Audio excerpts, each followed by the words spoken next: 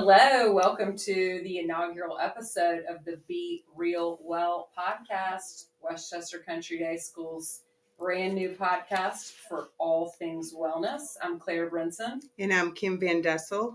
Today we're joined by Head of School, Mary Keever. Welcome, Mary. Hello, glad to be here. Glad to have you, Mary. I feel like when most people hear the word wellness, they immediately think of things like hitting the gym, eating salads, doing all these special things, but it's so much more than that, don't you think? It absolutely is. And I feel like it's such a buzzword that's everywhere right now that it actually means less each time you hear it because it's everywhere. And it's kind of like, even if you've ever just felt stuck, whether it's in your job and you're just going through the motions and you kind of need that sense of direction, whether it's in your life or even with students, it's school, it's homework, it's the activities. And before you realize that these are habits that you've created for yourself, possibly for your family. Some of them might be great. Right. Some of them might not. But before we dive into our topic, I'd like for you, Mary, to share a little bit about your background and what led you to even focus on personal wellness for yourself. And for our school. Yes. All of the above. So this is my 27th year in education. Every year has been spent here at Westchester, and I've learned and grown as a teacher, as an administrator, as a mom, as a wife, maybe, as a friend, through everything that I've learned here. And in the past, I would say 10 years, I feel like our world has changed a lot. Mm-hmm. And whether it's a combination of the pandemic and technology and overload of information, or if it's just the existence of uncertainty that's in our world right now, I feel like we need to be more careful in the way that we focus on our wellness with ourselves, with our friends, with our family, and especially with our children and our students. We need to partner together with families to make sure that we are paying careful attention to mental and physical wellness. I love that. I do too. And I feel like you touched on this, Mary. There's so much noise. Mm-hmm. We're so inundated with so much content every day. Mm-hmm. And a lot of that content is coming to us delivered like it is expert advice, whether or not it actually is. Mm-hmm. So we have to be very careful consumers of the content that we take in each day, which is why wellness really should be a very personal journey. Yes, you share it with your community as well, but before you, like what Kim was saying earlier about you get into certain cycles and habits and maybe routines and ruts, it's important to take some quiet time, some time to yourself and really understand what's important to you and what kind of changes that you should make, but more importantly, why you would make those changes. Well, and also realize that it can evolve and it can change. Absolutely. Every day, every week, every month, every year, it's always changing. And that's kind of what we all look at as growing, correct? Yes. And so if we all have a why in our personal wellness, and sometimes it takes a long time to figure out. Yes. And some it's just there. But do you, Claire, have a personal why that wellness is important to you? Absolutely. And like you said, it's definitely something that has changed and evolved over time. For me, the older I get, the more changes I see physically, mentally, emotionally, and with my family as my family grows before my very eyes, not like member wise, but like literally the size of my children. Yeah. I recognize that I want to still be able to participate in all of the different things that are going on, regardless of what my family looks like or how old I am or what activities there are available to me. And so that really is what I use to drive my wellness choices every day, is the possibility of an unlimited future, a future in which I can take advantage of opportunities that I would like to, and I'm not limited by, physical or mental um, physical or mental limitations. Yeah. Thank you, Kim. Yeah. Thank you. How about you, Mary? What is your personal wellness why? So I learned probably early in adulthood that identifying my purpose, whether that be my work purpose or my family life purpose, was really important to keep me on track. And so my why is that I want to identify that purpose, but I want to find joy in that purpose, and keeping myself well, make sure that I am able to find joy in everything that I'm doing. And I agree with Kim that purpose can change from day to day, depending on who I'm with or what my role is. My purpose as a mom right now is very different than it was even 5 years ago. Mm-hmm. I have raised adults, and now I'm helping them remember that they're adults. Mm-hmm. But that purpose can change and should evolve as you're growing.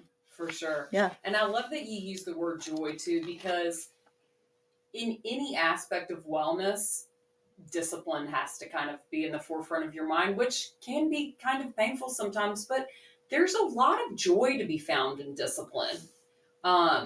In all aspects of life, true growth and a true feeling of purpose and satisfaction comes from hard work and discipline.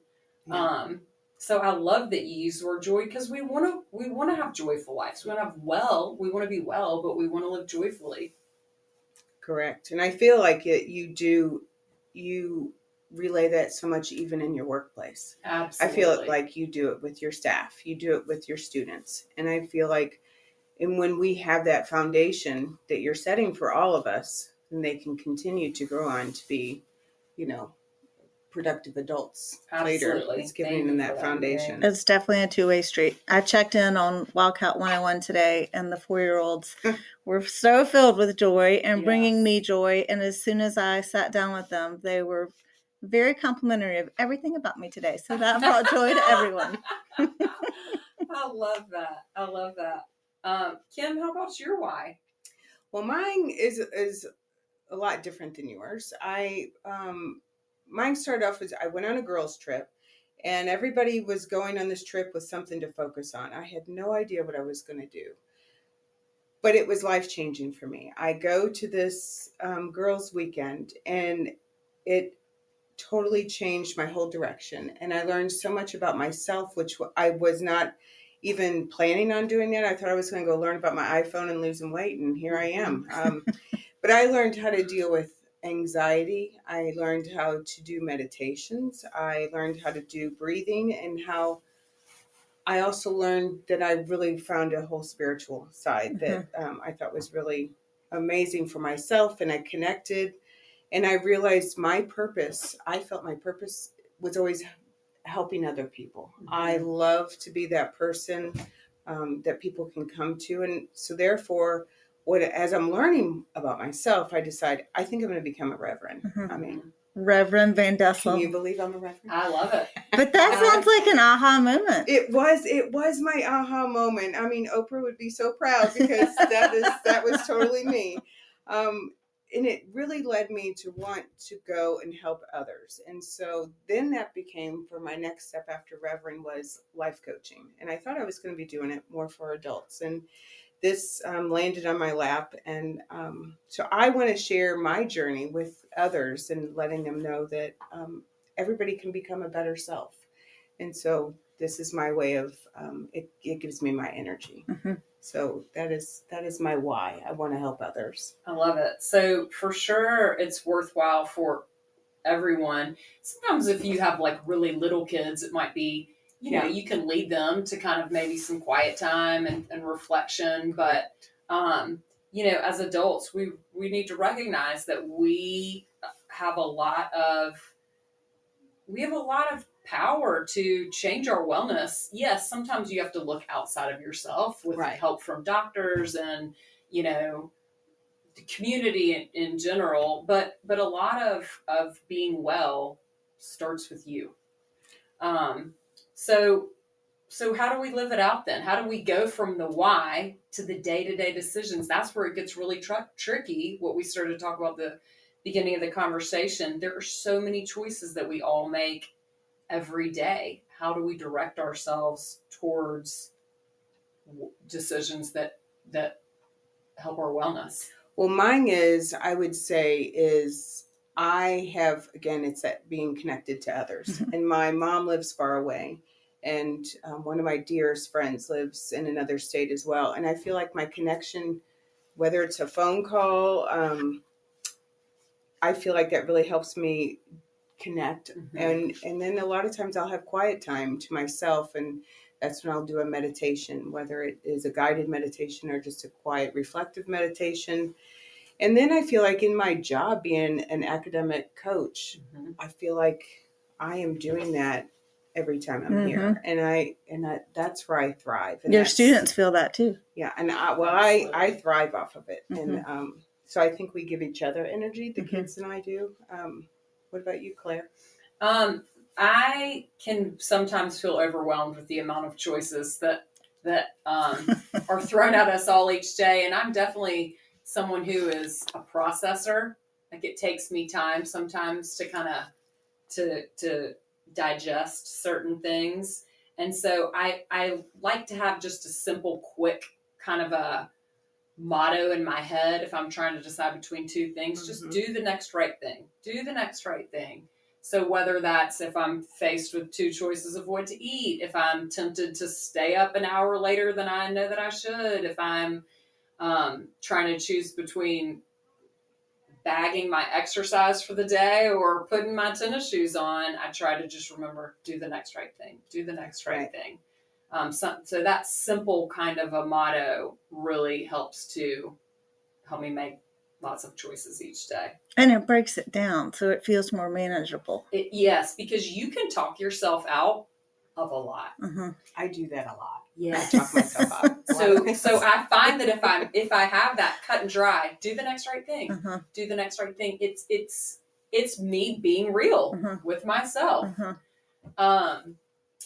So that is kind of how I live it out simply each day. Mary, what about you? So mine is a little bit different, but shares some of the same thread. So I have always been a person of faith. It's just a part of who I am. I can't say I really made a choice. It just is always a part of, it's always been a part of who I am. In fact, it's part of my name. I know Claire knows the story, but Kim, I don't think you do. I don't. So I was a super preemie. I was born 3 months early. I weighed 2 pounds and 4 ounces, and I was in incubator for 3 months after that. And my parents would come to visit me, and I was baby girl Moore for 2.5 of those 3 months because they couldn't decide on a name. And my mom wanted to name me Mary after her aunt, and my dad wanted to name me Joy after one of their good friends. And then through that whole process, it made sense to them. Their faith is what got them through that difficult time. So they named me Mary Faith. It was a double name. So wait, why aren't you, so you go by double name, but why aren't you a double name now? This is the funny part of the story. So my big sister, probably age 5 or 6, decided that it would be really funny to call me Mary Fart instead of Mary Faith. So I made them drop the faith. But I have carried the faith in my heart even since then. And I feel like I've lived most of my days relying on that faith. And to answer your question of how I use it, I start each morning with just a small prayer of, God, please help me do what you designed me to do today. And throughout the day, when difficult things arise, I'll say a quick little prayer, guide me in this moment, or help me feel your presence in this moment when something is difficult. And that helps chase away the questions and the doubt. And it holds at bay the uncertainty, I think, for me. And it helps me feel like I'm in charge, but also someone else is even more in charge. Well, and I love how your dad wanted to name you Joy. Yes. And that's one of your Maybe You're- that's why I carry and that's that where the around. joy That's comes, why it's a right? priority. I love You're it. so smart to pick up on that. Oh, joy, and now we're going to call you Mary Faith Joy. It's a mouthful. It Right? is definitely you exude joy. It is definitely Always. apparent. I love that story. I love that. Thank you for sharing that. Yeah. This is an easy place to find joy and to demonstrate your own joy. Our school is. Yes, we're really fortunate to be surrounded by children each day because their joy is just so unedited, which is delightful. Well, and I know for me, sometimes when I get overwhelmed, my first instinct is just push through it, Kim. You can do it. You can do it. But I've learned now it's okay to take a step back and just rest and just think about it and just do the best I can in those situations. And I think that's what we're missing. I think people don't realize that we can do a rest and then recover. I mean, rest, recover, rest, recover. I think that's so important for people to know that. That's for sure part of the personal wellness journey is to take a minute to be quiet, to rest, to unplug. Right. Well, and can I add one more thing? Yes. To give ourselves some grace. Yes. When it doesn't go well or we don't know the answer. Right. And to find the help that we need to get there. Right. Sure. Because it's so much more than just physical health, wellness. Absolutely. I mean, that's what people always think. It's so emotional and it's mental. It's about finding that balance. And I think once you can find that balance, it just helps you and it gives you a better direction. And I think you feel a little bit more ease. And we're going to be exploring some different aspects of wellness in future episodes. But yes, for sure, it is much more than physical. Well, this has been such a great conversation with all of you. And I know that our listeners are going to walk away with also some many ideas on how to deal with wellness and what their whys are. Well, we hope that everyone listening will start to take some time to reflect on their personal wellness why, even if it's something that they don't already know, which is fine. It's okay if you don't know. Take some time and just think about it. And again, remember that we said it's okay if it's changing. It's okay if it's something that grows and evolves. And I think it's also important to remember that it's every day. It's not I failed, it's over. Or, once I reach this goal, then I'm finished. Wellness it's a lifelong journey. It's every single day. Okay, well, that's going to be a wrap for our first episode of Be Real Well. And thank you, Mary, so much for coming and being with us today. Thank you for sharing your joy about wellness with me. Hopefully our audience has understood by the end of the conversation how we came up with our name, Kim. Be Real Well. Explain. So wellness is a journey where you have to be honest with yourself. Yeah. So that's the Be Real. Be real with yourself on your wellness journey.